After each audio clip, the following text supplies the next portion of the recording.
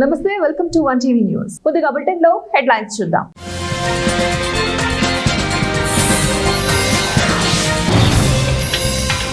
ఎవరు బతకాలో ఆయుధాలే నిర్ణయిస్తున్నాయి. Zelensky.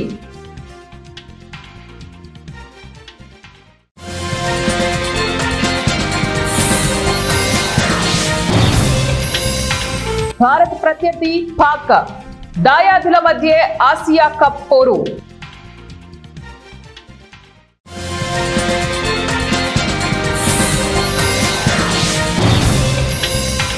Bengaluru traffic కష్టాలు. CM విజ్ఞప్తిని తిరస్కరించిన విప్రో చైర్మన్.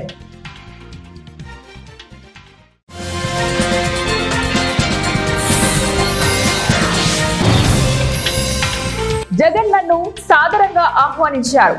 చిరంజీవి. ప్రపంచ దేశాలన్నీ మానవ చరిత్రలో గతంలో ఎన్నడూ చూడనంతగా విధ్వంసకర ఆయుధాల రేసులో పరుగులు పెడుతున్నాయని ఉక్రెయిన్ అధ్యక్షుడు విలోదిమిర్ జెలెన్స్కీ విమర్శించారు. ప్రస్తుతం ప్రపంచంలో ఎవరు బతికి బట్ట కట్టాలన్నది ఆయుధాలే నిర్ణయిస్తున్నాయని ఆందోళన వ్యక్తం చేశారు. ఐక్యరాజ్య సమితి జనరల్ అసెంబ్లీ వార్షిక శిఖరాగ్ర సమావేశంలో బుధవారం ఆయన మాట్లాడారు. రష్యా అధ్యక్షుడు వ్లాదిమిర్ పుతిన్ ఉక్రెయిన్ పై సాగిస్తున్న యుద్ధాన్ని యూరప్ ఖండం అంతటికీ విస్తరించాలని ప్రయత్నిస్తున్నారని ఆరోపించారు. పుతిన్ కు వ్యతిరేకంగా అంతర్జాతీయ సమాజం మొత్తం ఏకం కావాలని పిలుపునిచ్చారు. యుద్ధాలు ఆపటంలో ఐరాస విఫలం. ప్రపంచంలో ప్రస్తుతం జరుగుతున్న యుద్ధాలను ఆపటంలో ఐక్యరాజ్య సమితితో పాటు అంతర్జాతీయ సంస్థలన్నీ విఫలమయ్యాయని జెలెన్స్కీ ఆరోపించారు.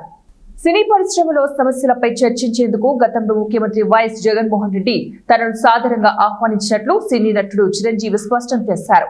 అసలు వైఎస్ జగన్ ఆహ్వానం మేరకే ఆయన నివాసానికి వెళ్లినట్లు తెలిపారు. భోజనం చేస్తున్న సమయంలోనే తాను సినీ పరిశ్రమ ఇబ్బందుల్ని అప్పటి సీఎం జగన్ కు వివరించినట్లు స్పష్టం చేశారు. గురువారం శాసనసభలో ఎమ్మెల్యే కామినేని శ్రీనివాస్ మాట్లాడిన అంశంపై ఎమ్మెల్యే నందమూరి బాలకృష్ణ స్పందిస్తూ తన ప్రస్తావన తీసుకురావడంపై స్పందిస్తూ చిరంజీవి ఒక ప్రకటన విడుదల చేశారు. అసెంబ్లీలో కామినేని శ్రీనివాస్ చెప్పినట్లు చిరంజీవి గట్టిగా అడిగితే అప్పుడు ఈయన వచ్చాడు అన్నది అబద్ధం. గట్టిగా ఎవడూ అడగలేదు. అక్కడ ఆయనంత గట్టిగా చెబితే ఈయన దిగొచ్చాడంట, లేకపోతే సినిమాటోగ్రఫీ మినిస్టర్ ను కలవడన్నాడంట అంటూ బాలకృష్ణ ఒకంత వ్యంగ్యంగా చెప్పడాన్ని నేను టీవీ ఛానల్లో ప్రత్యక్ష ప్రచారం ద్వారా చూశాను. ఆ అంశంలో నా పేరు ప్రస్తావనకు వచ్చినందుకు నేను ప్రజలకు వివరణ ఇవ్వాలనుకుంటున్నా అంటూ చిరంజీవి స్పందించారు. బెంగళూరులో ట్రాఫిక్ కష్టాలను తగ్గించేందుకు ప్రముఖ సాఫ్ట్వేర్ సేవల సంస్థ విప్రో క్యాంపస్ మధ్య నుంచి వాహనాలు వెళ్లేందుకు అనుమతి ఇవ్వాలన్న కర్ణాటక ముఖ్యమంత్రి సిద్ధరామయ్య విజ్ఞప్తిని విప్రో వ్యవస్థాపక చైర్మన్ అజీమ్ ప్రేమ్జీ తోసిపుచ్చారు. ఆ స్థలం లిస్టెడ్ కంపెనీకి చెందిన ప్రైవేటు ఆస్తి అని, ప్రజలందరికీ సంబంధించి కాదని స్పష్టం చేశారు. బెంగళూరులో ట్రాఫిక్ రద్దీపై తీవ్ర విమర్శలు వస్తూ ఉండటంతో రద్దీని నియంత్రించేందుకు సిద్ధరామయ్య సర్కారు చర్యలు చేపట్టింది. ఇందులో భాగంగా విప్రో వ్యవస్థాపకుడు అజీమ్ ప్రేమ్జీకి సీఎం లేఖ రాశారు. బెంగళూరులోని విప్రో క్యాంపస్ లోపల నుంచి కొన్ని వాహనాలను అనుమతించాలని కోరారు. దీనివల్ల ఆ చుట్టుపక్కల రహదారులపై ట్రాఫిక్ రద్దీ 30% తగ్గుతోందని ఆశాభావం వ్యక్తం చేశారు. చేతులు కలుపుకోలేని దాయాదులే టైటిల్ కోసం తలపడేందుకు సిద్ధమయ్యారు. ఆసియా కప్ T20 టోర్నీలో భారత్ తో అమీతుమీకి పాకిస్తాన్ అర్హత సంపాదించింది. ఆదివారం ఈ తుది సమరం జరుగుతుంది. ఓవరాల్ ఆసియా కప్ చరిత్రలో ఇరు జట్లు తొలిసారి ఫైనల్లో పోటీ పడనున్నాయి. వైకాపా టీడీపీ కూటమి పార్టీలు రాష్ట్రానికి రాహుకేతువులుగా దాపురించాయని, దొందేనని రాజ్యసభ మాజీ సభ్యులు కాంగ్రెస్ పార్టీ రాష్ట్ర ముఖ్యమంత్రి అధికార ప్రతినిధి డాక్టర్ నర్రెడ్డి తులసిరెడ్డి ధ్వజమెత్తారు. గురువారం అన్నమయ్య జిల్లా సుండపల్లిలో మీడియా సమావేశంలో మాట్లాడుతూ గత వైకాపా ప్రభుత్వం రాష్ట్రాన్ని అప్పుల ఆంధ్రప్రదేశ్ గా మార్చి అధికారం కోల్పోయిందని అన్నారు. అధికారంలోకి వచ్చిన టీడీపీ కూటమి ప్రభుత్వంలో రాష్ట్ర పరిస్థితి మరింత అధ్వానంగా తయారైందన్నారు. గతానికంటే అప్పులు ఎక్కువ చేస్తుందని, మండలానికి 4 మద్యం షాపులు, 40 బెల్ట్ షాపులు అనే విధంగా తయారైందన్నారు. రాష్ట్ర ప్రభుత్వం మార్కెట్లో ఎంటర్ అయ్యి రైతులను ఆదుకోవాల్సింది పోయి కేవలం మాటలు చెప్తున్నారు. ఆదుకుంటాం అని చెప్పి ఆదుకునేది లేదు, కొనింది లేదు, పెట్టింది లేదు, మాటలు తప్ప చేతలు లేదు. మరొక విషయం యూరియా కొరత. ఎక్కడ చూసినా యూరియా కొరత. ఎరువుల ధరలు విపరీతంగా పెరిగిపోయాయి. ఓ దిక్కు వ్యవసాయం గిట్టుబాటు కాక అవస్థ పడతా ఉంటే, మరొక వైపు రసాయనిక ఎరువులు విపరీతంగా పెరిగినాయి. ఈ లోపలనే 50 కేజీల పొటాషు గతంలో 1530 ఉంటే ఇప్పుడు 1800. అంటే 265 రూపాయలు పెరిగింది. 10, 26, 26 మొన్నటి వరకు 50 కేజీల బస్తా 1470 రూపాయలు ఉంటే ఇప్పుడు 1800. కాబట్టి ఓవరాల్గా ఈ రాష్ట్రాన్ని అటు అప్పట్లో ఆ ప్రభుత్వం, ఇప్పట్లో ఈ ప్రభుత్వం సర్వనాశనం చేస్తున్నాయి. దీనికి ఏకైక పరిష్కారం మళ్ళీ కాంగ్రెస్ అధికారంలోకి రావడమే దీనికి ఏకైక పరిష్కారం. ఒక్కసారి రాష్ట్ర ప్రజానీకం ఆలోచించాలని విజ్ఞప్తి చేస్తున్నాం. ఈ ప్రాంతానికి సంబంధించి ఇప్పుడే రాయచోటి సుండిపల్లి రోడ్డు చూశాను, చాలా బాధేస్తా ఉంది. ఇది చాలా ఇంపార్టెంట్ రోడ్డు. రాయచోటి సుండుపల్లి చాలా ఇంపార్టెంట్ రోడ్డు. మధ్యలో బ్రిడ్జి ఎప్పుడో 100 ఏళ్ళ కింద బ్రిటిషర్స్ చేసిందట్టే ఉంది. అది కన్నా ఏమన్నా అయిపోతే మొత్తం ఆ ప్రాంతానికి ఈ ప్రాంతానికి రాకపోకలే బంద్ అయిపోతాయి. రోడ్డు అధ్వానమైన పరిస్థితిలో ఉంది. మరి ఆయన ఏమో వచ్చేసి పవన్ కళ్యాణ్ గారు కానీ, ఉప ముఖ్యమంత్రి ఆయన కానీ, చంద్రబాబు నాయుడు దీన్ని స్వర్ణాంధ్రప్రదేశ్, స్వచ్ఛాంధ్రప్రదేశ్, ఆరోగ్యాంధ్రప్రదేశ్, ఆనందాంధ్రప్రదేశ్ అని జొల్లుకూతలు తప్ప ఏమీ లేదు వచ్చేసి. కానీ ఇప్పటికైనా ఒట్టి మాటలు కట్టిపెట్టి గట్టి మీద తలపెట్టబోయిన గురజాడ శుద్ధితో పని చేయాలని కూటమి ప్రభుత్వాన్ని కాంగ్రెస్ పార్టీ హెచ్చరిస్తా ఉంది. ఓట్ చోరీ ఆంధ్రప్రదేశ్లో జరిగిందంట. ఓట్ చోరీ గురించి మీరు రాహుల్ గాంధీ గారు చెప్తున్నారు. ఇక్కడ మంది పార్లమెంటరీ ప్రజాస్వామ్య వ్యవస్థ. పార్లమెంటరీ ప్రజాస్వామ్యానికి ఎన్నికలు ప్రాణవాయువు. ఎన్నికలకు ఓటర్ల జాబితా గుండెకాయలు అంటారు.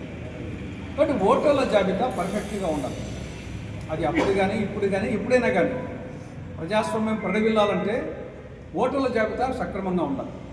కానీ మనం ఓటర్ల జాబితా చూస్తే అనేక మంది అర్హులు ఉండరు, అనేక మంది అనర్హులు వచ్చేసి ఉంటారు. మన బీహార్లో 60 లక్షల మంది అర్హులై తీసేశారు. అదే సమయంలో అనేక చోట్ల ఆ ఊరి జనాభా కంటే ఓటర్లు ఎక్కువ ఉంటారు, అంటే దొంగ ఓటు.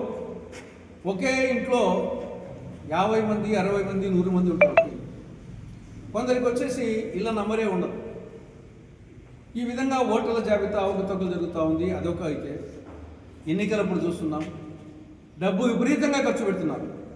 మన పులివెందుల జెడ్పీటీసీ ఉప ఎన్నికల్లో వైకాపా వాళ్ళు 5,000 ఇచ్చారు, టీడీపీ వాళ్ళు 5,000 ప్లస్ చీర.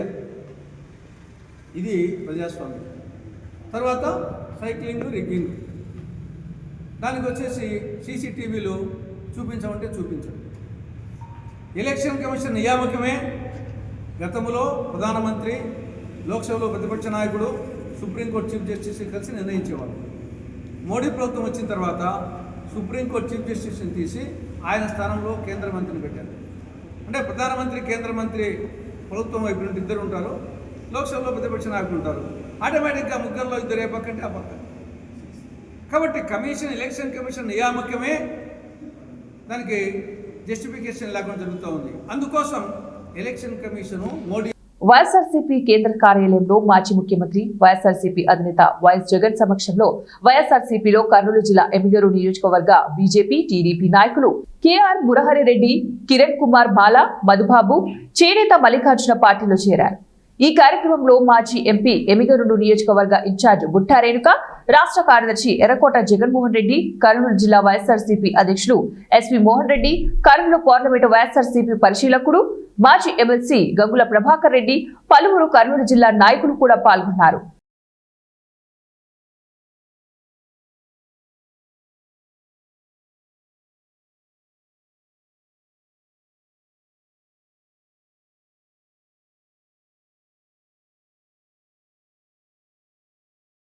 కామారెడ్డి జిల్లా బాన్సువాడ పట్టణంలోని జూనియర్ కాలేజీ గ్రౌండ్ లో బీఆర్ఎస్ ఆధ్వర్యంలో ఘనంగా బతుకమ్మ సంబరాలు జరుపుకున్నారు.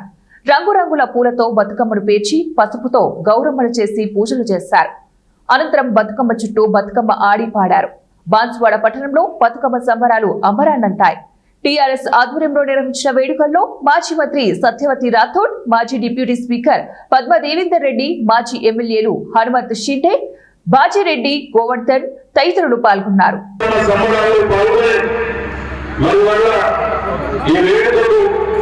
ఒక ఉన్నతమైనటువంటి స్థానాన్ని తీసుకొచ్చినటువంటి బాన్సువాడ పట్టణ మహిళలందరూ అందరు కూడా పేరు పేరున బతుకమ్మ శుభాకాంక్షలు తెలియజేస్తా ఉన్నారు.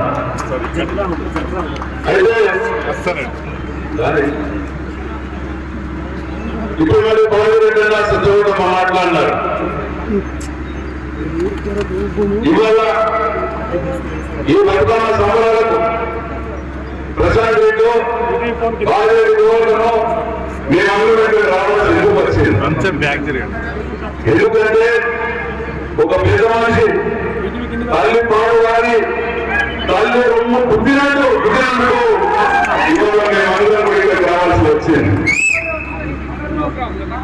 ఇవాళ వస్తూ ఉంటే సూర్యాపేట జిల్లా హుజూర్ నగర్ లో దేవి శరన్నవరాత్రి ఉత్సవాలలో భాగంగా గురువారం స్వయం వ్యక్త శ్రీ కనకదుర్గమ్మ వారు శ్రీ కాత్యాయని దేవి సింహవాహనంపై బంగారు కన్నులతో 4 చేతులు, ఒక చేతిలో కమలం, మరో చేతిలో కత్తి, మిగతా 2 చేతులతో వరద అభయ ముద్రలతో ఉండే విధంగా అమ్మవారిని ఆలయ ప్రధాన అర్చకులు నరసింహాచార్యులు అలంకరింపజేసి భక్తులకు దర్శన భాగ్యం కల్పించారు.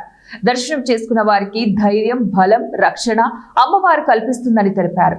సాయంకాల అర్చనలో వేద పండితులు పురుషోత్తం శర్మ, ఫల్గుణ శర్మ ప్రత్యేక పూజలు చేశారు. ఈ కార్యక్రమంలో కనకదుర్గ సేవా సమాజం సభ్యులు అన్నమయ్య, భజన మండలి సభ్యులు అనేక మంది పాల్గొన్నారు. దేవి శరన్నవరాత్రి ఉత్సవాల్లో భాగంగా 4వ రోజు ఆ అమ్మవారు కాత్యాయని మాతగా ఆవిర్భవించి మనకు దర్శనమిస్తున్నారు.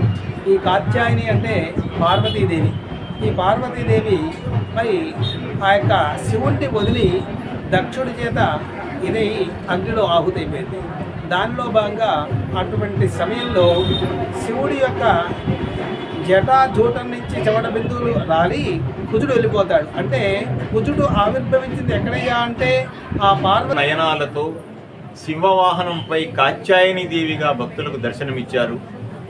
ఆమెకు 4 చేతుల్లో, ఒక చేతిలో కమలం, ఒక చేతితో కత్తి, వరద అభయ ముద్రలతో దర్శనమిచ్చారు. ఈరోజు అమ్మవారిని దర్శించుకుంటే ధైర్యము, బలము అవన్నీ కూడా సమృద్ధాయి. పరమేశ్వరుడు భక్తులకి ఎంతో ప్రీతివాడు. ఒక చెంబెడు నీళ్లు పోసి ఒక మారేడు దళం పెడితేనే అతను మన కోరికలన్నీ తీరుస్తాడు. ఆ విధంగానే పార్వతీదేవి కూడా పరమేశ్వరుణ్ణి పెళ్లి చేసుకోవాలని చెప్పి ఘోర తపస్సు చేసింది. దానికి ఆయన మెచ్చి ఆమెను పరీక్షించాలని కూడా మళ్ళీ కిందకొచ్చి కపట బ్రహ్మచారిగా వచ్చి, అమ్మ నువ్వు ఆయన్ని పెళ్లి చేసుకుంటే ఏమి సుఖపడతావు. అతను సూర్యాపేట జిల్లా హుజూర్ నగర్ నియోజకవర్గ వ్యాప్తంగా బతుకమ్మ వేడుకలను ఘనంగా నిర్వహించారు. దేశ విదేశాల నుంచి వచ్చి విద్యార్థినులు సొంత ఊర్లో తెలంగాణ సంస్కృతి సాంప్రదాయానికి ప్రతిబింబమైన బతుకమ్మ సంబరాల్లో ఉత్సాహంగా పాల్గొన్నారు. ఈ సందర్భంగా పూలతో పలు రంగుల్లో బతుకమ్మలను పేర్చి విద్యార్థినులు, మహిళలు భారీ సంఖ్యలో ఆడి పాడారు. వికారాబాద్ జిల్లా పరిగిలో అర్ధరాత్రి నుంచి ఎడతెరిపి లేకుండా కుండపోతగా భారీ వర్షం కురుస్తోంది. ప్రధాన రహదారులు వాగులను తలపిస్తున్నాయి. కొత్త చెరువు ఆలుగు పారడంతో సాయిరాం కాలనీలోకి భారీగా వరద నీరు చేరుతోంది. పరిగి వికారాబాద్ మార్గంలో రాకపోకలు నిలిచిపోయాయి.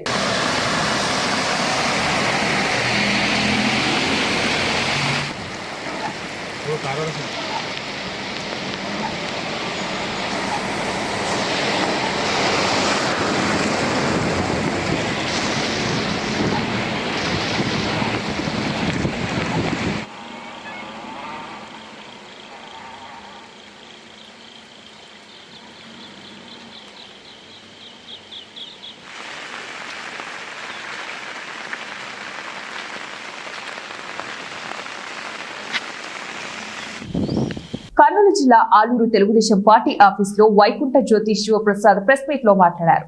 తాలూకాలో వైకుంఠం జ్యోతికి ఇన్ఛార్జ్ అవడంతో ఆంధ్రప్రదేశ్ ముఖ్యమంత్రి నారా చంద్రబాబు నాయుడికి రుణపడి ఉంటామని, అలాగే నారా లోకేష్ వెంట ఎప్పుడు నిలుస్తామని చెప్పారు.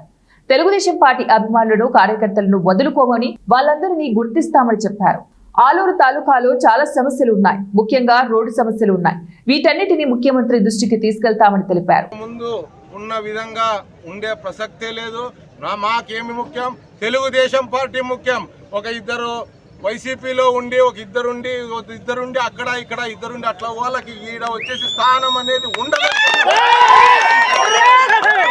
అంతేకాకుండా ముఖ్యంగా ఈరోజు తెలుగుదేశం పార్టీకి మొన్న మా పార్టీ అభ్యర్థికి కష్టపడి పనిచేసిన ఏ వర్గం అనేది లేకున్నట్ల ప్రతి ఒక్క తెలుగుదేశం పార్టీకి కూడా ఖచ్చితంగా మేము మా భుజస్కంధాలపైన వేసుకొని వాళ్ళ పనులు చేసి వాళ్ళకి సాటిస్ఫై చేసి వైకుంఠం జ్యోతి గారు జపాన్ కు చెందిన కొబెల్కో గ్రూప్ అనుబంధ సంస్థలు కొబెల్ స్టీల్ 120వ వార్షికోత్సవం మరియు Kobelco constructions equipment India private limited Sri City plant 15వ వార్షికోత్సవాన్ని గురువారం తమ శ్రీ సిటీ పరిశ్రమ ఆవరణంలో వేడుకగా నిర్వహించింది. ఈ కార్యక్రమంలో చెన్నైలోని జపాన్ కాన్పుల్ జనరల్ మునియో తహకతి, consul Naoko Yuzawa, Sri City managing director doctor Ravindra Sannareddy, Kobelco ఆగ్నేసియాసియా managing director Kasamori, KCEI managing director CEO Hayama ఇతర ప్రముఖులు పాల్గొన్నారు. ఈ సందర్భంగా పురస్కరించుకుని కేసీఈఐ ఆర్కే ఫౌండేషన్ తో కలిసి పెద్ద ఎత్తున చెట్ల పెంపకం కార్యక్రమాన్ని చేపట్టింది. ఇందులో భాగంగా శ్రీ సిటీ మరియు పులికాట్ సరస్సు పరిసరాల్లో 10,000 తాటి మొక్కలను నాటడం లక్ష్యంగా నిర్దేశించుకుంది. వార్షికోత్సవం సందర్భంగా కొబెల్కో ప్రాంగణంలో పలువురు ప్రముఖులు మొక్కలు నాటడంతో దీనిని లాంఛనంగా ప్రారంభించారు. It gives me great pleasure to join you today in celebrating the 50th anniversary of Kobelco establishment in India. This milestone is a testament to Kobelco dedication, hard work, and a strong partnership with the people of India. To mark this occasion, Kobelco is planting Halomira tree in the Prakat region. As we know, Prakat Lagoon is the second largest water body in India, home to thousands of migratory birds, including flamingo and gulls. Sri City has emerged as a symbol of modern industry growth and international cooperation. Much credit goes to its founder and managing director, Dr. Sanareddy, whose vision and leadership has made Sri City a hub for global company and a source of pride for this region. I wish the company continued growth and I commend this initiative which strengthens the bond between India, Japan and nature. Thank you very much. Arigatou gozaimashita. It's indeed a great moment. I was just trying to count the number of functions I attended in Kobelco. This is the 13th function, 13th official function I am attending in Kobelco. 5, 6 inaugurations. There is expansion, groundbreaking. 1962 సంవత్సరం నుంచి రాజకీయంలో ఉన్న ఓ ప్రసిద్ధ కుటుంబం నల్లారి కుటుంబం అని, ఎలాంటి కేసులు లేని మాపై జగన్మోహన్ రెడ్డి పుణ్యమా అంటూ అక్రమ కేసులు నమోదు చేశారని, యాక్టివ్ గా ఉన్న తెలుగుదేశం పార్టీని నమ్ముకొని జెండా మోసిన నాయకులు, వందల మంది కార్యకర్తలపై కూడా అసత్య ఆరోపణలో అక్రమ కేసులు నమోదు చేయడం జరిగిందని తెలుగుదేశం పార్టీ జాతీయ ప్రధాన కార్యదర్శి పీలేరు నియోజకవర్గ శాసనసభ్యులు నల్లారి కిషోర్ కుమార్ రెడ్డి అసెంబ్లీలో డిప్యూటీ స్పీకర్ రఘురామకృష్ణంరాజు ఎదుట ఆవేదన వ్యక్తం చేశారు. గతంలో జరిగిన ఎన్నికల ప్రచారంలో గెలవడానికి నాయకులు కార్యకర్తల్ని అడ్డు తొలగించుకోవాలన్న ఉద్దేశంతోనే ప్రచారంలో పాల్గొనకపోయినా ఇండ్ల దగ్గర ఉండే వారిపైన కూడా కావాలనే కక్షలతో కేసులు నమోదు చేశారని అసెంబ్లీలో ఆయన తెలియజేశారు. కూడా మాకు హైకోర్టులో రిలీఫ్ వచ్చింది. మా బెయిల్ రద్దు కోసము ఆయన సుప్రీంకోర్టుకు పోయినారు అధ్యక్ష. రాష్ట్ర ప్రభుత్వం 60 లక్షలు డబ్బు ఖర్చు పెట్టి మా బెయిల్ రద్దు కోసం సుప్రీంకోర్టు పోయినారు. ఆ రోజు ఏదో దేవుని దయ వల్ల సుప్రీంకోర్టులో కూడా మాకు న్యాయం జరిగింది కాబట్టి మేము బయటపడినాం. లేకపోతే 3 నెలలు జైల్లో ఉండాల్సి వచ్చు మేమందరం కూడా. అదేవిధంగా హోమ్ మినిస్టర్ గారిని, ముఖ్యమంత్రి గారిని కోరుకుంటున్నా, ఈరోజు వైసీపీ టైంలో పెట్టిన కేసులు అన్నీ కాదు. రాయలసీమలో కానీ, అన్నమయ్య జిల్లాలో కానీ, ఆ రోజు పెద్దిరెడ్డి రామచంద్రారెడ్డి కానీ, అప్పుడుండే ఎంపీ గారు కానీ, ఈరోజు పోలీసు వాళ్ళు అప్పుడు తెలుగుగా ఏం చేశారంటే వైసీపీ ప్రభుత్వంలో ఛార్జ్షీట్ వేసేసినారు అధ్యక్ష. ఈరోజు కోర్టులలో కేసులు ఉన్నాయి. 100 మంది తమ్మలపల్లి కానీ, మదనపల్లి కానీ, పీలేరు కానీ, తర్వాత అన్ని రాయచోటి కానీ, రాజంపేట కానీ, కోడూరు కానీ, ఉమ్మడి చిత్తూరు జిల్లాలో కూడా అందరూ కోర్టుకు తిరుగుతున్నారు. ఇప్పుడు ఏమొస్తామందంటే టెక్నికల్గా ఛార్జ్షీట్ వేసాం కాబట్టి మనం కేసులు పేర్లు తీయలేమని చెప్పి పోలీసు వాళ్ళు చెప్తున్నారు అధ్యక్ష. అధ్యక్షులు గారు ఒక నిమిషము రిక్వెస్ట్ మీ ద్వారా. నంద్యాల జిల్లా ఆలగడ్డ పట్టణంలోని శ్రీ వాసవి కన్యకా పరమేశ్వరి అమ్మవారి ఆలయంలో దసరా శరన్నవరాత్రి ఉత్సవాలు అత్యంత వైభవంగా జరుగుతున్నాయి. ఆర్యవైశ్య సంఘ అధ్యక్షులు దేవిశెట్టి హరీష్ బాబు ఆర్యవైశ్యుల సహాయ సహకారాలతో ఈ ఏడాది ఉత్సవాలను ఘనంగా నిర్వహిస్తున్నారు. తమిళనాడు అంబూరుకు చెందిన అలంకార స్వామి సౌందర్యరాజన్ ఆధ్వర్యంలో అమ్మవారికి ప్రతినిత్యం విశేష అలంకరణ నిర్వహిస్తున్నారు.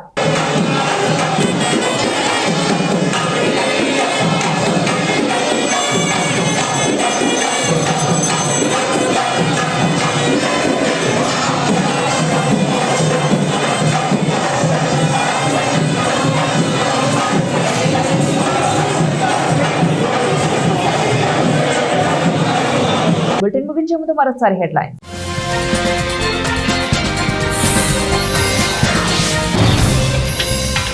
ఎవరు బతకాలో ఆయుధాలే నిర్ణయిస్తున్నాయి.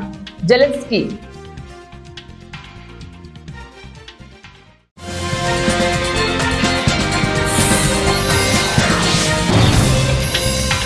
భారత్ ప్రత్యర్థి పాక్.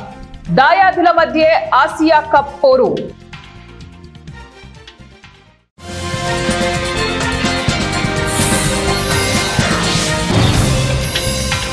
బెంగళూరు ట్రాఫిక్ కష్టాలు. సీఎం విజ్ఞప్తిని తిరస్కరించిన విప్రో చైర్మన్.